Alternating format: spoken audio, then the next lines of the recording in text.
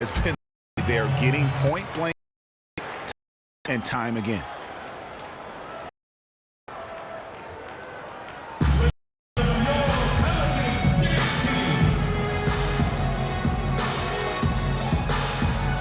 platoon swap here for New Orleans.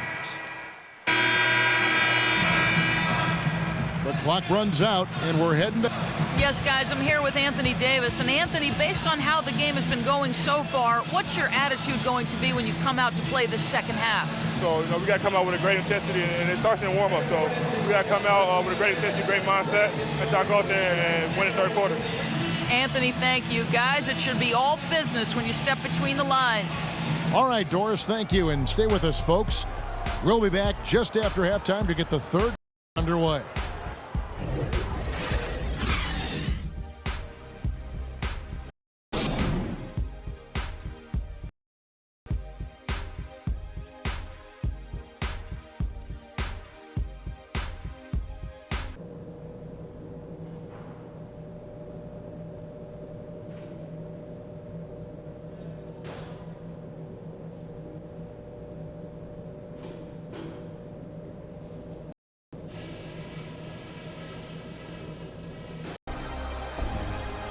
Welcome back, everybody. Third quarter just about to get going here in what has been so far.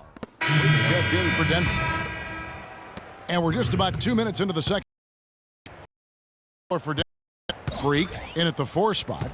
Will Barton is out there with Houtier. Then there's Gallinari. I love how he used his height advantage on that shot. And he had the nice saw with it, too. Well, this is really one of the nicer buildings in the NBA, right downtown Clark, this home of the Pelicans across from the Superdome. Kevin, you're always worried about how close we are to Street when we come here, man. But, yeah, this was a fortress for the Pelicans last season as they won some big games here. He kicks to Freak, and it's going to be a 3-second call. Let's bring out the 2K leaderboard to see the best up-tempo teams in the league. Second, the Pelicans. Fourth, the Nuggets. And both squads extremely adept in transition. They like to get out and run, guys. And this is a battle of greyhounds. Laverne, he's checked in for Denver. Gordon goes in. Wide left. And you talk about the big wins here for the Pelicans last year. How about they beat the Warriors late in the year, which was huge to get into the postseason, as well as the Spurs on that final day to fight their way into that A spot. To the middle. It's deflected. They recover it. Davis sets a screen. And tonight, he's going to want to remember just not really able to score the basketball. Gallinari passes to Moutier. Third quarter action and just under 3.5 minutes have gone. And the foul on Drew Holiday. That's foul number 2 for him. Cole's checked in for Eric Gordon. Wilson Chandler's checked in for Denver.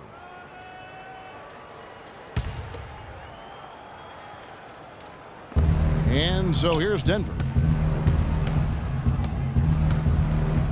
Here's Laverne. The pass to Moutier.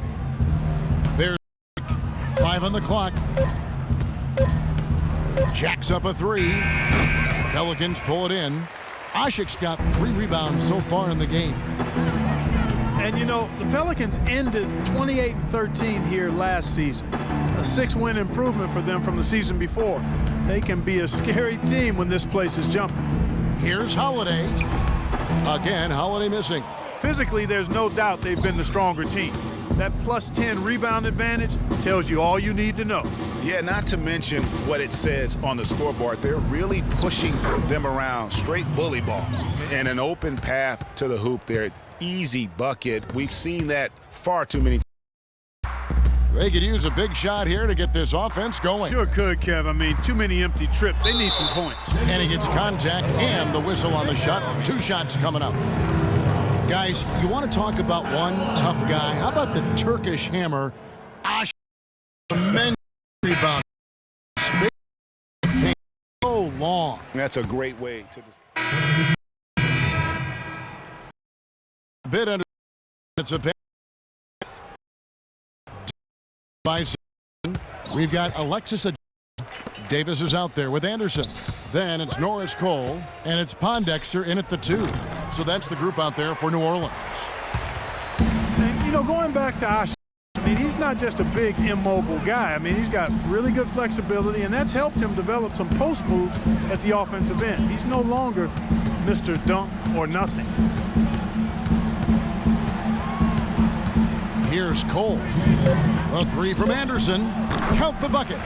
You know, the defense has got to do a much better job of fighting over those screens. And Greg, especially when the ball is in his hands. I mean, he doesn't open looks like that. In that tight, with that much of an advantage height-wise, there's just not a lot the defense can do. Nuggets have got more than 58% of their attempts to go down for them in the fourth quarter. Of 12. And going back to Amir Ashik's toughness, you can see it in his face. I mean, he's not going to smile at you. He's not going to show you any expression at all. Just a cold-blooded monster on the floor. And that one is good from Ajinça. And their solid play in the paint continues, guys. And that's been their focus, it seems, throughout the game. I like the discipline that they've showed in terms of creating those opportunities on the inside. Let's quickly check out the scoring breakdown here for the Nuggets. The mid-range that you've seen from them about as good as it gets, and there has not been a drop-off in the second half. They've also been pounding it inside tonight and coming away with a lot of points in the paint. I call those PIPs. Looking who's out there now for the Pelicans. Omer Ashik. He's checked in for Alexis Ajinça. Evans comes in for Anderson. Gordon in for Quincy Pondexter. And it's Holiday in for Cole. It's deflected. They retain possession. Evans. And it goes as the official calls the foul. Count it. He'll shoot one more at the free throw line. Well, Evans has been great. He has 9 points, and he's created a lot of chances for his teammates also. And Clark, some of those assists that he's got today have been just electric. Picks to Moody. Down low. Freak. That one goes. Count it. Let's go. It's lead by 18. And clearly, we will not be witnessing a spirited comeback tonight, albeit exciting as this was an all-around performance for the Nuggets. And Clark, their hard work on the glass paid off. They're excellent rebounding teams. I thought it was a tough battle underneath both ways. And so with this win, they'll move to 6 victories on the season. And it becomes official. This win gives them a nice confidence boost against this team. They'll face them twice more this season. The stats tell us, Greg, that the winner of the first game is a big favorite to come out on top in the overall series. Tremendous effort. I mean, this guy has already cracked double digits on the backboards. And those rebounds lead the team. I mean, he's been the tone setter for him today in terms of work ethic and glass eating.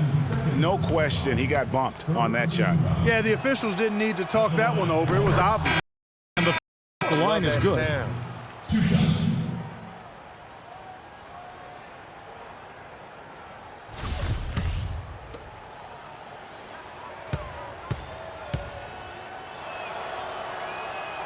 That misses, so he splits the free throws. Clark, they've shared the load offensively. Yeah, they've done a nice job with it, Kevin. Everybody's touching the ball. There's a nice flow to what they're doing offensively. And guys, they've put the defense on their heels. You can see right now they're trying to react, and that's what you want when you're in a rhythm offensively. Stolen. Here's Cole. It's the 11 seconds left to play here in the fourth. Kicks it to Freak.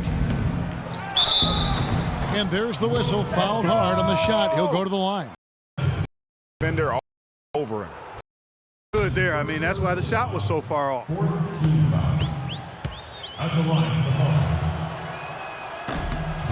And the first one drops.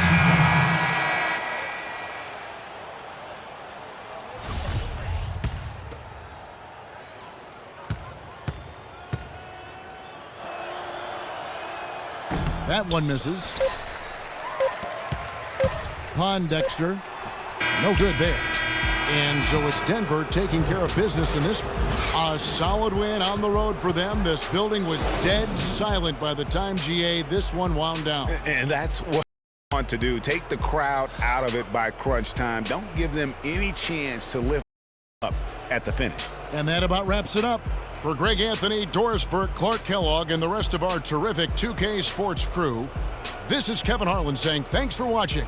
And as the fans file out of the building,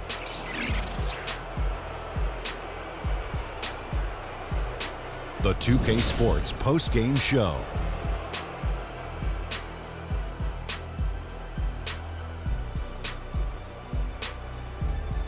Kevin, much appreciated, and now let's move on to our Jordan Player of the Game.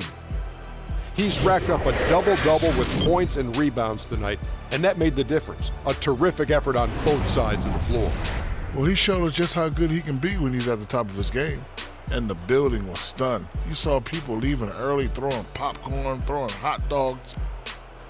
And folks, that'll wrap it up for tonight. We hope you enjoyed the game.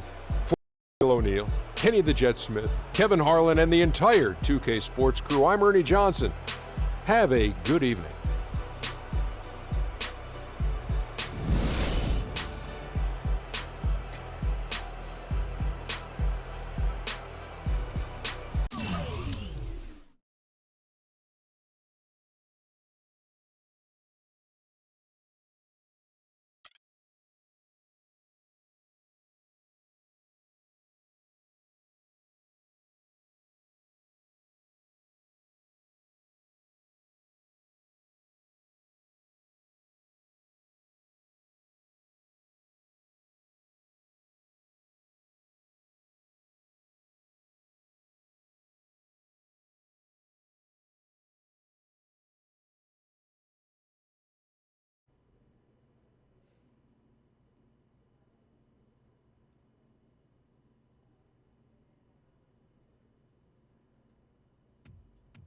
What a life, eh, freak?